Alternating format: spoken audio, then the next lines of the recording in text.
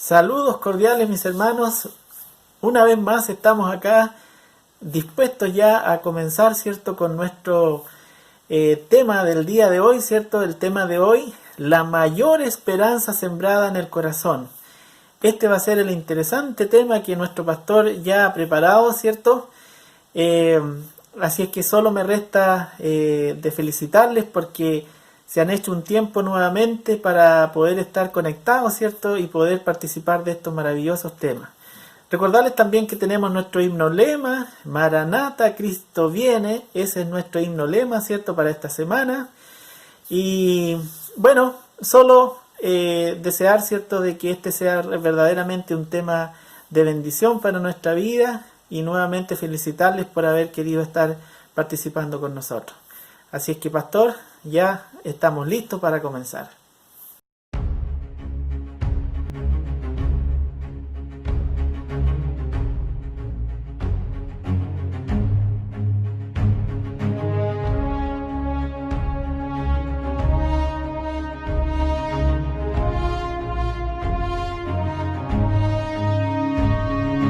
Cielos y mares anuncian Cristo viene, nuestra esperanza al fin se consumará. Pronto vendrá, pronto vendrá, pronto vendrá. Qué glorioso encuentro.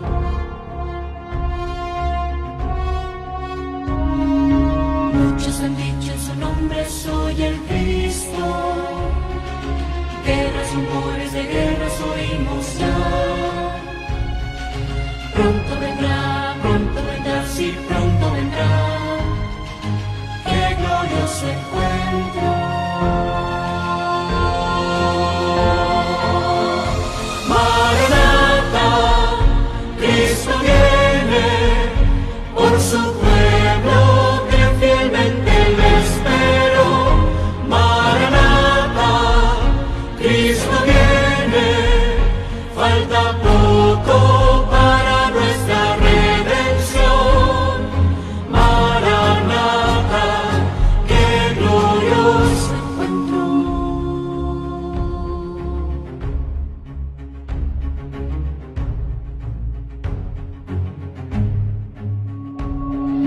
Con majestad y gloria vendrá del cielo. Los que murieron en él resucitará. Pronto vendrá, no tardará, él volverá. Pronto le veremos.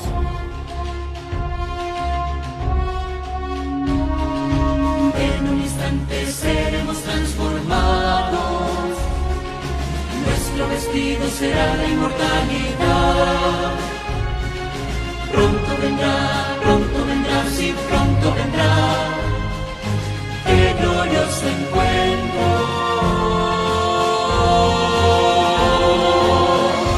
Maranata, Cristo viene, por su pueblo que fielmente le espero. Maranata, Cristo viene, falta poco para nuestra redención. Maranata, qué glorioso encuentro.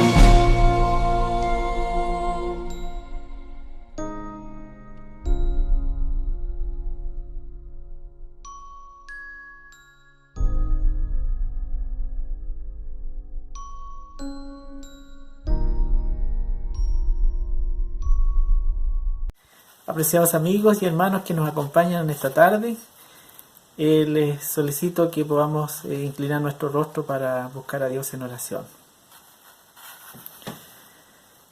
Padre amado que estás en los cielos, al final de este día, Señor, solo tenemos palabras para agradecer por todas las cosas buenas que recibimos día a día de tu mano. En esta hora estamos dispuestos una vez más a escuchar tu palabra y te pido que tu Espíritu Santo abra nuestro entendimiento y que el tema que será presentado a través de nuestro pastor Enio nos llene de esperanza y de certeza que tú eres el único camino a través del cual podemos ser salvos. Acompáñanos durante todo el desarrollo del programa y bendícenos. Por Jesús. Amén.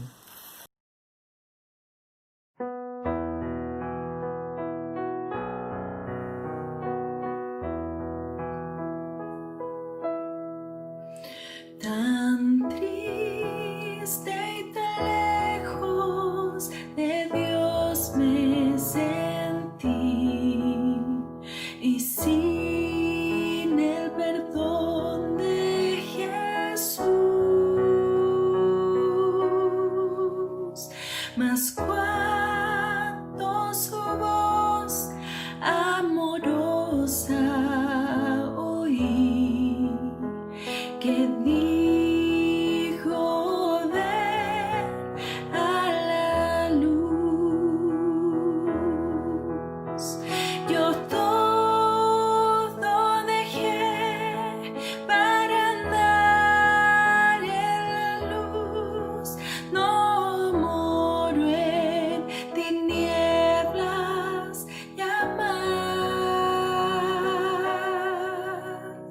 Encuentro la paz en seguir a Jesús, y vivo en la luz de su faz.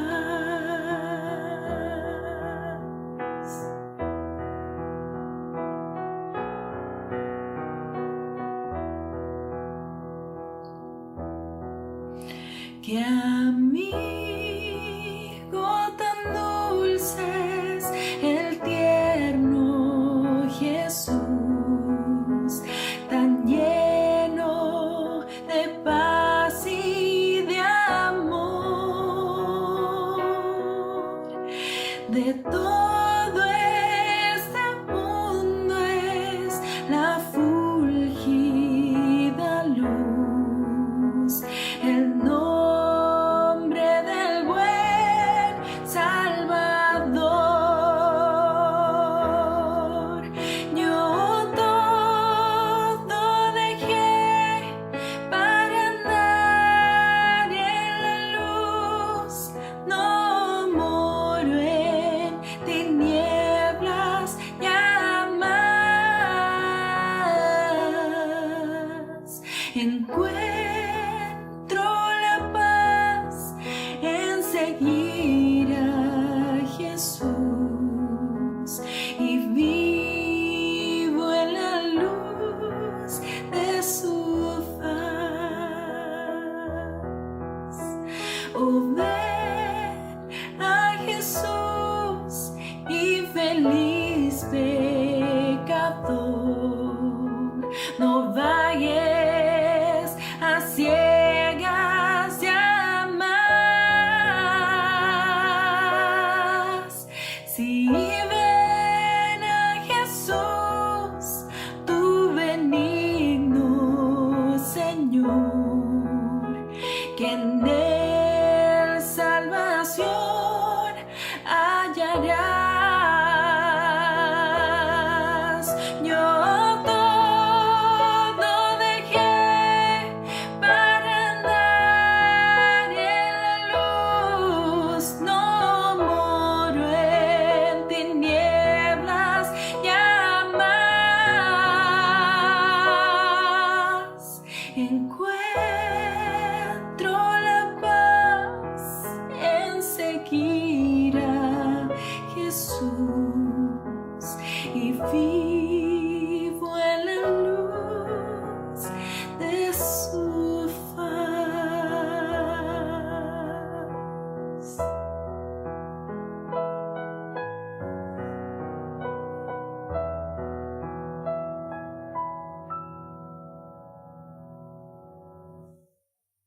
Hola, un gusto de saludarlos a todos. Que Dios les bendiga. El tema de hoy es la mayor esperanza sembrada en el corazón. Cristo mismo hace esta obra. Vamos a ir al tema inmediatamente. Muy bien. La mayor esperanza sembrada en el corazón. Aquí estamos viendo nosotros una fotografía del río Jordán. Se dice que este más o menos es el lugar o cercano al lugar donde fue bautizado Jesús. La ONU es una nómina del Patrimonio Mundial de la ONU que especifica que este es el lugar. Y algunos piensan que aquí fue donde se bautizó Jesús. La verdad es que hay muchos lugares que se dicen ser lugares que están relacionados con la persona de Jesús, y muchos de ellos, la verdad es que no lo son en realidad. Pero así es, la tradición dice que este es el lugar. Vino palabra de Dios a Juan, dice en la Biblia, en el desierto él estaba, y él fue, dice, por toda la región predicando el bautismo del arrepentimiento para perdón de pecados. Arrepentidos porque el reino de los cielos se ha acercado, eran las palabras de Juan el Bautista. Salía, dice, toda Jerusalén, toda Judea, allí donde estaba él, y eran bautizados en el río Jordán, confesando sus pecados. Entonces, Jesús vino de Galilea a Juan, al Jordán, dice el texto bíblico, para ser bautizado por él. Mas Juan se le oponía, por supuesto, ¿no es cierto?, diciendo: yo necesito ser bautizado por ti, y tú vienes a mí. Bueno, en realidad, de los dos, el pecador era Juan. Jesús no tenía pecado. Juan entendía eso. Era un hombre santo. Por lo tanto, ¿quién debía bautizar a quién? Era Jesús a Juan. Y por eso que se oponía, y le dijo así Juan. Pero en el plan de Dios estaba contemplado esto. Por eso que Jesús le dice, pero Jesús dice, respondió: deja ahora, porque así conviene que cumplamos toda justicia. Así era el plan de Dios. Entonces le dejó. Y así fue entonces bautizado Jesús en el río Jordán, sumergido en las aguas del río Jordán, porque bautizar significa sumergir. Y Jesús es nuestro modelo en todo. Él lo hizo para darnos ejemplo a nosotros, porque Él no necesitaba hacerlo, pero para que Él fuera el ejemplo en todas las cosas que Él fue marcando, para que todos nosotros los seguidores fuéramos haciendo así, entonces también hizo esto también para ayudarnos a nosotros a entender que con mayor razón nosotros, si somos pecadores, debemos hacerlo. Esto es muy importante. La palabra de Dios dice que si nosotros creemos y somos bautizados, seremos salvos, dice, porque esta es una idea del cielo. No importa cómo sea el plan que Dios haya colocado delante de nosotros, Jesús, hay que obedecerlo, porque así es la fe. La fe lleva a la obediencia. Y el bautismo es el inicio de un caminar en la vida espiritual. Y también representa el lavado de nuestros pecados. Por eso que es por agua, completamente el cuerpo sumergido, porque es lavado completamente en forma simbólica. Y es por eso entonces que ese es el bautismo bíblico y el que debemos nosotros un día hacer también, cuando tomemos nuestra decisión importante en nuestra vida. Él no tenía pecado, el bautismo es para los pecadores arrepentidos. Ninguna de estas cosas eran propias de él. Lo hizo para entonces darnos ejemplo. Lo hizo para marcar la forma en que debemos nosotros hacer. Los pecadores con mayor razón todavía, nosotros, ¿no es cierto? Y es la forma física de entrar en el reino espiritual. Por eso que es importante este paso. El verdadero arrepentimiento lleva a qué decisión entonces, dice la pregunta. El texto de Hechos, capítulo 2, verso 38, dice: así que arrepentíos y bautícese cada uno de vosotros en el nombre del Señor Jesucristo. Palabras de los apóstoles, cuando las personas que escucharon el sermón de Pedro preguntaron: ¿y qué dos cosas se reciben de parte de Dios? Bueno, el texto bíblico de Hechos capítulo 2 dice que es para el perdón de pecados, en primer lugar, y también dice que recibiremos el don del Espíritu Santo. Son dos regalos que Dios nos da, y es solamente por la fe. Recibimos de Dios por su gracia, porque Él nos quiere dar estas cosas. Primero, nos quiere perdonar, limpiar de todo pecado de nuestra vida, no importa cuál haya sido. Y también nos dice que vamos a recibir el don, porque es un regalo de Dios, el don del Espíritu Santo, la persona del Espíritu Santo que ahora va a morar y va a vivir dentro de nosotros, ayudándonos a caminar en los caminos de Dios y a guardar sus mandamientos. Para ser obedientes necesitamos la ayuda del cielo. Por eso es que también se nos da este don. Recordemos entonces la condición en la que se hallan todos los seres humanos. El texto de Romanos, el capítulo 3, lo dice, el verso 23. Dice que por cuanto todos pecaron, dice que están también destituidos de la gloria de Dios. O sea, ninguno de nosotros merece estar en la presencia de Dios y delante de Dios. Todos hemos sido destituidos de la gloria de Dios. Y aunque toda la humanidad pecadora estaría perdida, Dios ofrece una única posibilidad para escapar de esta condenación. Dios ofrece gratis su justicia y salvación en Cristo. Es un regalo. Este regalo debe ser recibido y siempre lo recibimos con nuestras manos. Bueno, la fe es la ilustración aquí, ¿cierto? De las manos en la fe. La fe es la que recibe el regalo de Dios. Por eso es que Romanos 3:22 dice, por medio de la fe en Jesucristo, para todos los que creen en Él. Como el problema era el pecado, para que estos fueran borrados, la aceptación de Cristo como Salvador debía venir acompañada de arrepentimiento y confesión de pecados. Porque la tristeza, que es según Dios, produce arrepentimiento para salvación, dice el apóstol Pablo, 2 Corintios capítulo 7. El perdón. Si confesamos nuestros pecados, Él es fiel y justo para perdonar nuestros pecados y limpiarnos de toda maldad. El que encubre sus pecados no prosperará, mas el que los confiesa y se aparta, dice Proverbios, alcanzará misericordia. Y la sangre de Jesucristo nos limpia de todo pecado. San Juan capítulo 1. Su benignidad te guía, dice, al arrepentimiento. Significa que Dios nos da ese arrepentimiento, nos guía hacia el arrepentimiento, la benignidad de Dios, porque Él es bueno con nosotros y nos da esto. Es un don también el arrepentimiento. El apóstol Pablo en el capítulo 2 de Romanos dice estas cosas. Jesús vino a dar a conocer al Padre y a salvar a la humanidad. Lo declaró así, porque el Hijo del Hombre vino a buscar y a salvar lo que se había perdido. Palabras de Jesús. Lo hizo a través de sus múltiples actos de amor, sus profundas enseñanzas del reino de los cielos y su sacrificio salvífico infinito, la muerte de Jesús en la cruz. Jesús sembró en el corazón las enseñanzas del reino de Dios y las habló por parábolas a la gente, y sin parábolas, dice el texto, no les hablaba, para que se cumpliese lo dicho por el profeta. Esto está escrito en Mateo el capítulo 13.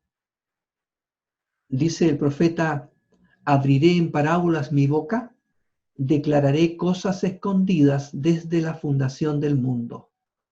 Eso estaba escrito como Jesús iba a hacerlo. Hoy todavía Jesús siembra la semilla. La primera parábola de esta mayor esperanza y la principal de ellas es la del sembrador. Esta es la parábola más importante, es la piedra angular de todas las parábolas, es la base de todas las demás. Dice el texto bíblico que aconteció que estando Jesús junto al lago Genesaret, o el mar de Galilea, el gentío se agolpaba sobre él para oír la palabra de Dios. Y vio dos barcas, y entrando en una, la cual era de Simón, le rogó que la apartase de tierra un poco. Y sentándose, dice, enseñaba desde la barca a la multitud, Lucas capítulo 5.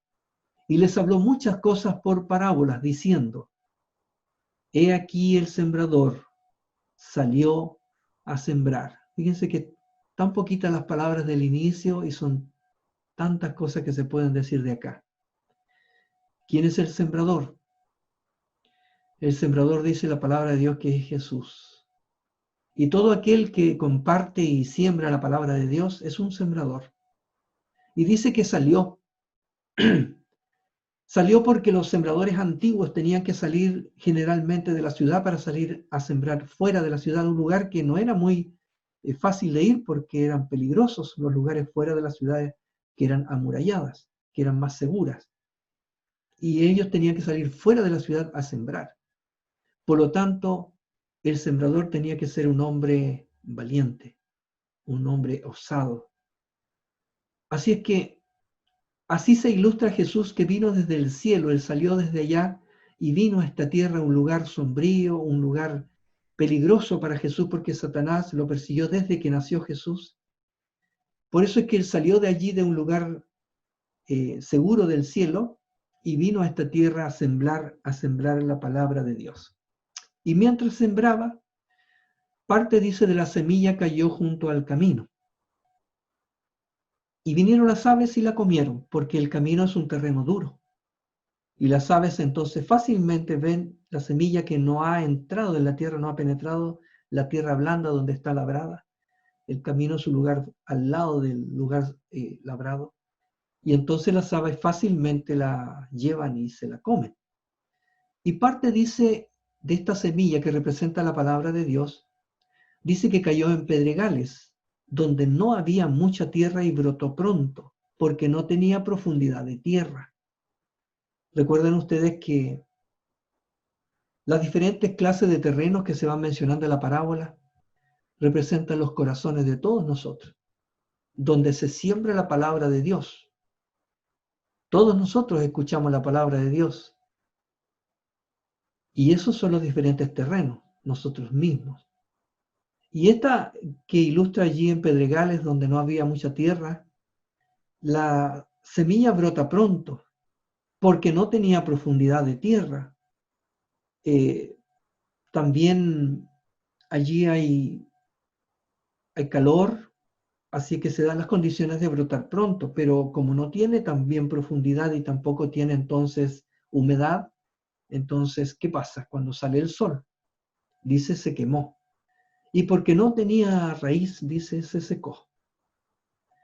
Así entonces termina esta y la semilla es infructífera. Y dice que parte cayó entre espinos y los espinos crecieron y la ahogaron. ¿A quién representará esto? Bueno, ya vamos a explicar. Pero parte, dice, cayó en buena tierra. Y claro, cuando cae en buena tierra, entonces germina y crece. Y dice, y dio fruto, cual a 100, a 60, dice, y cual a 30 por uno. El que tiene oídos para oír, termina diciendo Jesús, oiga. Se refiere a nosotros, que debemos entender. Después Jesús mismo explica la parábola a sus discípulos. Oí pues vosotros, dijo él, la parábola del sembrador. Cuando alguno oye la palabra del reino y no la entiende, viene, dice, el malo y arrebata de muchas formas, de muchas maneras, lo que fue sembrado en su corazón. Este, dice, es el que fue sembrado junto al camino. Recuerden las aves, que se llevan la semilla porque el terreno está duro y está encima la semilla. La semilla queda en la superficie, ni siquiera germina. El terreno del camino representa al corazón duro, incrédulo. El evangelio no penetra el corazón. Y el que fue sembrado en pedregales, dice Jesús, este es el que oye la palabra y al momento la recibe con gozo, feliz de tenerla y de aceptarla. Pero dice, no tiene raíz en sí, sino que es de corta duración. Pues al venir la aflicción o la persecución por causa de la palabra, dice que luego tropieza. Claro, no tiene raíz en sí, es de corta duración, y cuando viene la aflicción o la persecución, dice, por la palabra, tropieza. Como no tiene raíz, no hay firmeza, y entonces fácilmente esa plantita que ha estado germinando y creciendo un poquito, termina muriendo. El terreno de los pedregales germina, pero no da fruto. Representa el corazón dividido, con buenas intenciones, pero de corta duración. ¿Cuántas personas toman la decisión de seguir a Cristo y después abandonan el camino? El que fue sembrado entre espinos ¿Quién es? Este es el que oye la palabra, dijo Jesús, pero el afán de este siglo y el engaño de las riquezas ahogan la palabra y se hace infructuosa. Infructuoso significa sin fruto. El terreno de las espinas, hay más preocupación por las cosas de este mundo que por las del reino de los cielos. Hay descuido espiritual. Tampoco da fruto, dice la palabra de Dios. Representa el corazón descuidado. Una vida sin tiempo para Dios. Las espinas del pecado crecen e impiden progresar. Se muere la vida espiritual. Triste. Pero así termina el que fue sembrado entre espinas. Más dice el que fue sembrado en buena tierra. Este dice, es el que oye y entiende la palabra y da fruto. Esta persona que es buena tierra dice que entiende la palabra, la recibe y da fruto, dice. Y produce a 100, a 60 y a 30 por uno. Cuando una persona siembra un saco de alguna semilla y después cosecha 30 sacos, significa 1 es a 30. Si cosecha 60 sacos, significa 1 es a 60. Y si cosecha 100, significa 1 a 100 o 1 a 100. Por eso es que dice que produce a 100, a 60 o a 30 por uno. No importa la cantidad de fruto, pero tiene fruto. Algunos harán o darán más frutos que otros. La buena tierra, el arado ha penetrado profundamente esa tierra. Representa el corazón blando, un corazón dispuesto, aunque no es perfecto, pero dispuesto a ser transformado por Cristo a su semejanza. No es una persona que sea santa en sí misma porque no lo hay, sino que esta persona reconoce cuáles son sus limitaciones y él profundamente en su corazón desea que Cristo pueda venir a hacer esa obra que él no puede hacer. Se humilla profundamente como lo hace el arado y da fruto. Sí, porque el corazón está blando y se da las condiciones para que esa semilla vaya germinando y pueda dar fruto. El que tiene oídos para oír, oiga. Si usted se dio cuenta que no se hallaba en buena tierra, hay una buena noticia, es que Dios puede transformarnos a nosotros en buena tierra. Claro, es así. Y otras parábolas también enseñó Jesús, como esta, por ejemplo. El reino de los cielos es semejante a la levadura que tomó una mujer y escondió en 3 medidas de harina hasta que todo fue leudado.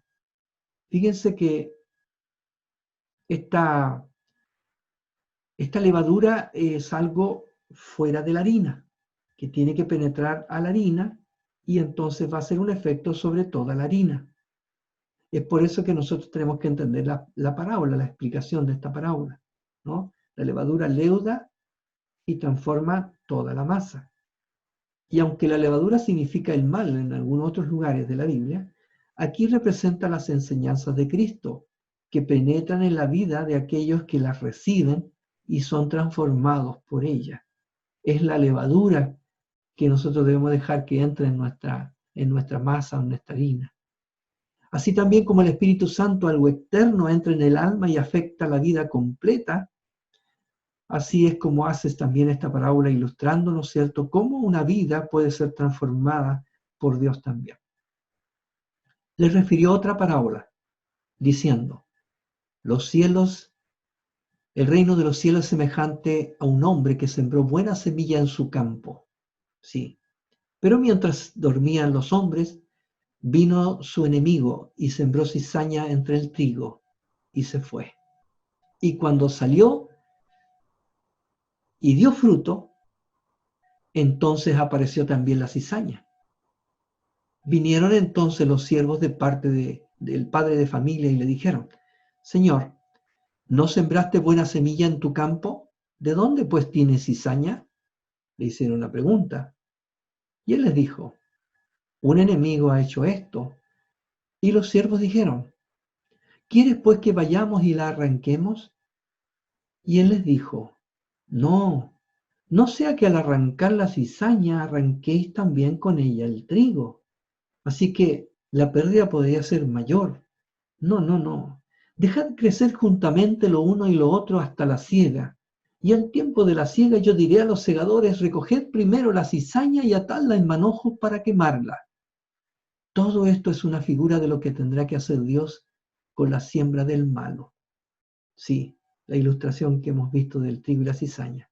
Pero dijo, recoged el trigo en mi granero. Dios está siendo representado aquí por el dueño del terreno, ¿no? De la tierra que es donde se sembró. Sus discípulos le dijeron, explícanos la parábola de la cizaña del campo, y respondiendo él les dijo, el que siembra la buena semilla es el Hijo del Hombre. El campo es el mundo. La buena semilla son los hijos del reino, y la cizaña son los hijos del malo. Porque hay dos grupos, así como hay dos caminos, y hay dos destinos finales también. El enemigo que la sembró es el diablo. Y la siega, dijo Jesús, es el fin del siglo, y los segadores son los ángeles que van a venir con él a separar a los buenos de los malos. De manera que como se arranca la cizaña y se quema en el fuego, así será el fin de este siglo. Enviará el Hijo del Hombre a sus ángeles y recogerán de su reino a todos los que sirven de tropiezo, dice, y a los que hacen iniquidad, y los echarán en el horno de fuego, y allí, dice la palabra de Dios, será el lloro y el crujir de dientes. Entonces los justos resplandecerán como el firmamento, como las estrellas en el reino de su Padre. El que tiene oídos para oír, oiga. Termina diciendo Jesús. Asimismo, el reino de los cielos es semejante a una red que echada en el mar recoge toda clase de peces. Y una vez llena, la sacan a la orilla y sentados los pescadores recogen lo bueno en cestas o en canastos y lo malo, dice, echan fuera. Allí, dice, será el fin de este siglo o del siglo. Saldrán los ángeles y apartarán a los malos de entre los justos y los echarán en el horno de fuego. Y allí, dice, será el lloro y el crujir de dientes. Mateo el capítulo 13, versículos 47 al 49. Esta es la parte difícil para un Dios que crea y salva. No es propio de su carácter de amor. Isaías, refiriéndose a la destrucción anunciada, dice así en sus páginas, porque Jehová se levantará para hacer su obra, dice, y dice después su extraña obra, porque no es propia de su naturaleza, y para hacer su operación, dice, su extraña operación. Esta dama fue Miss Colombia hace muchos años atrás, en el 2012, y por una isquemia que ella tuvo, tuvieron que amputarle una pierna. Dice aquí, como el médico que para conservar la vida del paciente que tiene gangrena, debe con dolor amputar una pierna. Es la única forma de poder salvar la vida. ¿Es la vida o la muerte? La pierna para la vida o quedarse con la pierna y morir. Entonces, la decisión es clara. El médico con mucho dolor tiene que cortar y sacar lo malo y cortar la pierna. Más todavía a una persona así que estuvo candidata a Miss Universo y fue representante de la mujer más hermosa de Colombia. Tuvo que entonces decidir así también.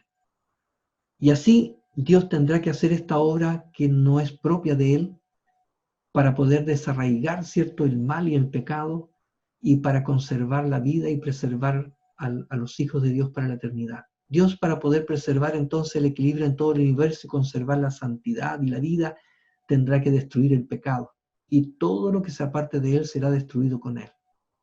Todo el que no se aparte del pecado será destruido junto con el pecado. El profeta Malaquías escribió: porque aquí viene el día ardiente como un horno, y todos los soberbios y todos los que hacen maldad serán estopa. Aquel día que vendrá, dice, los abrazará, ha dicho Jehová de los ejércitos, y no les dejará ni raíz ni rama. ¿Quiénes son llamados al arrepentimiento? Jesús dijo: no he venido a llamar a justos, sino a pecadores al arrepentimiento. Lucas capítulo 5. ¿Quién despierta en el alma el sentido de pecaminosidad? En San Juan, el capítulo 16, dice: y cuando Él, refiriéndose a Jesús, al Consolador, al Espíritu Santo, dice, cuando Él venga, convencerá al mundo de pecado, dice. Y dice otras cosas más, pero ahí nos interesa lo primero allí. La verdadera entrega a Cristo llevará sin duda un cambio en la vida. El precio que Él pagó para rescatarte a ti y a mí fue muy alto. Cristo en su muerte o con su muerte ya abrió la puerta de la salvación para ti. Ahora, ¿cuál será tu destino final? Está en tus manos. Cada uno de nosotros debe tomar una decisión. ¿Qué es lo que debes hacer tú? No lo rechaces. No, por favor. Cristo es la perla de gran precio. No la pierdas. Si ya sabes lo que tienes que hacer, hazlo. Tienes que hacerlo. Dios te está llamando a hacerlo. Esta es también la mayor esperanza para ti. ¿Por qué te demoras?, le dijo Ananías a Saulo. ¿Por qué te demoras? Levántate y bautízate y lava tus pecados invocando su nombre. O invocando mi nombre, dijo Jesús, ¿no? Y así es como Pablo también, o sea, Saulo llegó a ser Pablo cuando él tomó su decisión. El gran apóstol Pablo, el más grande apóstol que ha habido, también le costó tomar su decisión. ¿Me dejarás salvarte?, dice Jesús. Es importante hacer esto. Tienes que hacerlo. Está la decisión en tus manos. Dios te está colocando y ofreciendo esta hermosa oportunidad. En el próximo domingo tendremos un bautismo. Estos bautismos que hemos mostrado justamente han sido hechos en el lugar donde tú te vas a bautizar. ¿Ok? Sí, esa debe ser tu decisión. Y así, entonces, tú estarás construyendo sobre la roca. Recuerda que si construyes sobre la arena, tu vida, tarde o temprano, va a caer, va a sucumbir. Solamente estarán en pie por la eternidad aquellos que hayan construido su vida y su casa sobre la arena, sobre la roca, perdón. Así que ese es el llamado que Dios te está haciendo, a que comiences entonces a construir tu vida sobre sus palabras, sobre sus enseñanzas, sobre la palabra de Dios, sobre Cristo, que es nuestra roca. Dios te bendiga. El próximo domingo tú vas a ser uno de los protagonistas de este hermoso bautismo que vamos a tener allí en el río de Keule. Ojalá que lo podamos hacer. Si no, alguna solución Dios nos va a dar por justamente los problemas que tenemos por esta pandemia, digo. Pero vamos a tener ese bautismo Dios mediante. Así que esa decisión tienes que irla pensando o ya ir tomándola. Así es. Pídele ayuda a Dios, porque yo sé que hay muchas luchas en el corazón nuestro cuando Cristo nos está haciendo este llamado. Pero en tu corazón debe ganar Jesús, no el enemigo. El enemigo no desea que tú hagas esta decisión. Así que pídele ayuda a Dios para que te ayude a tomar esta más grande decisión de tu vida. Nos vemos mañana. Tenemos un nuevo tema, el sexto de toda esta semana, el penúltimo. Se llama el costo de la mayor esperanza. Dios te bendiga. Nos estaremos viendo mañana.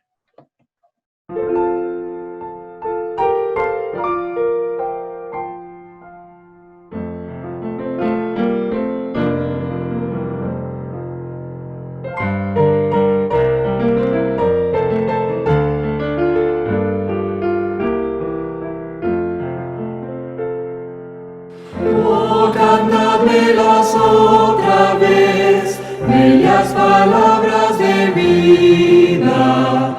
Hallo en ellas mi gozo y luz, bellas palabras de vida. Si de luz y vida son sostén y guía, qué bellas son, bellas palabras de vida. Qué bellas son, bellas palabras de vida. Jesucristo a todos da bellas palabras de vida. Hoy escúchalas, pecador, bellas palabras de vida. Bondadoso te salva y al cielo te llama. Qué bellas son, bellas palabras de vida. Qué bellas son, bellas palabras de vida.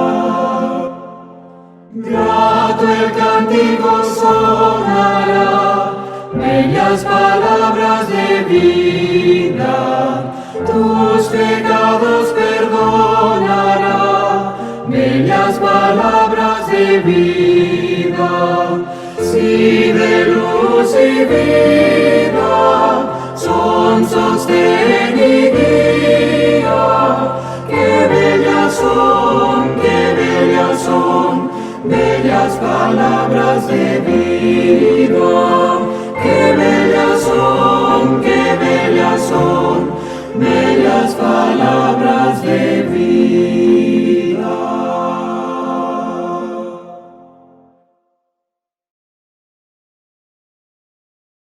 Agradezco a nuestro pastor Enio por el hermoso tema que nos trajo hoy. Y para ya ir finalizando, nuevamente les voy a solicitar que podamos inclinar nuestro rostro para tener la última oración. Bondadoso Padre que estás en el cielo, te damos las gracias, Señor, porque aún dispones, Señor, de tiempo para nosotros, porque siempre estás preocupado, Señor, de todas nuestras necesidades.